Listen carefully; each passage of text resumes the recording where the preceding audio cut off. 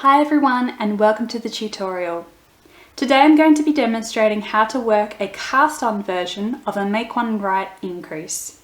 You're probably familiar with the traditional version of a Make One Right increase, which involves picking up the strand of yarn between your just worked and next to be worked stitches from the back to the front of your work, and then knitting this strand through the front loop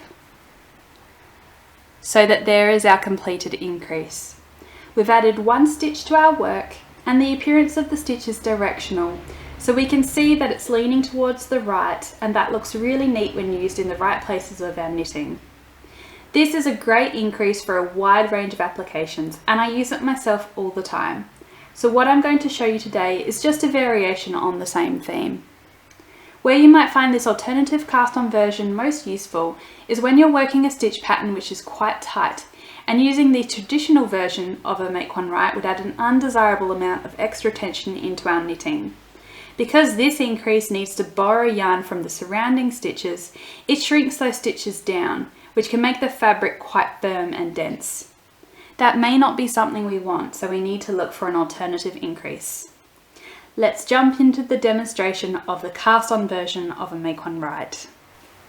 So the first thing we're going to do is knit to the place where our pattern says to make one right, and we'll pretend that it's just here. Now if you've ever worked the backwards loop cast on method before, also called the E-wrap cast on, you're going to be very familiar with what I'm about to demonstrate, because the make one right increase in a cast on version is actually exactly the same as the backwards loop cast on method. It's just that we're only going to create one new stitch instead of making a cast on of multiple stitches. So what we're going to do is wrap our working yarn around our left thumb counterclockwise. So if you remember that a counterclockwise circle goes in this direction, then this is also the direction that we will wrap the yarn around our left thumb. So that means that we take the working yarn here and we wrap it around our left thumb this way, and there's our counterclockwise circle. Now I generally bring my yarn to the front of my work in the process as well. I just find it's a bit easier to work the increase with the yarn at the front here. And then I grab the end of yarn that's attached to my ball with the 4th and 5th fingers of my left hand, and I just grip the yarn to hold it in place. Now what we'll do is take our right hand needle tip and we'll touch it to the fleshy part of our left hand, and then we'll bring the needle up and into the loop of yarn being held by the thumb. Then we can drop the yarn from the thumb and pull the yarn to tighten, and there is our completed Make One Right increase. So if we did bring our working yarn to the front of our work, we now need to take it to the back, and we just pass it under the right hand needle to do that. And then we just work the rest of our stitches as normal. So I'll demonstrate that again for you. We're going to wrap the working yarn around our thumb this way. So we wrap it around like that. And again, I generally bring my yarn to the front because I find that it doesn't get in the way of my needles that way. And then I grip the end of yarn that's attached to the ball with my 4th and 5th fingers of the left hand. Touch the right hand needle to the fleshy part of the left hand, and then just bring it up and into the loop of yarn around the thumb. Drop the yarn from your thumb and pull to tighten, and there's our Make One Right.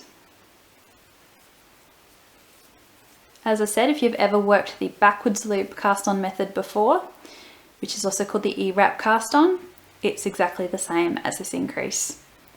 Again, wrap the yarn around our left thumb counterclockwise, come up and into that loop. So if I just twist my thumb this way, you can see the loop here. So yarn's going around counterclockwise, and then we come up and into the loop like that, then drop the yarn from the thumb and pull to tighten. Once you get the hang of this increase, you can also really speed up the motion of your hands. So you can just scoop the yarn with your thumb and it's already wrapped counterclockwise for you, and do the increase like that. So it does speed up as you get the hang of the direction that your yarn should be traveling around the thumb. So that is how you work the Make One Right increase in a cast on version. I just want to show you now how to work those increases in your next row or round. So this is my increase here, and I'm now working the purl side of my stitches because I'm working stockinette flat. So I need to purl this stitch as well. And I'm going to come into this front leg of the stitch with my right hand needle tip, just making sure I don't split my yarn in the process.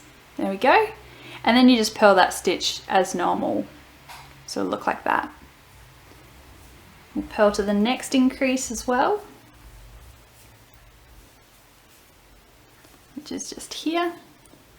Again, insert your needle into the front leg of that stitch, which is just there, and purl the stitch as normal.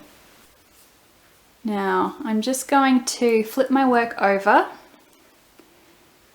and slip these stitches so that you can see how we would treat the stitches if we were working in the round.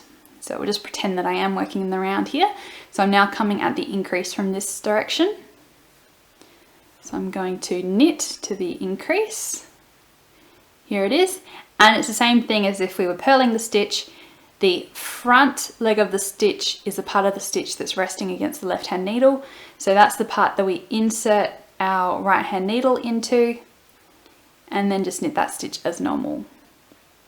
So that is how you work the cast on version of a Make One Right increase. Thank you so much for watching the video. If you enjoyed it, please feel free to subscribe to the channel, and if you have any questions or comments, do leave them below.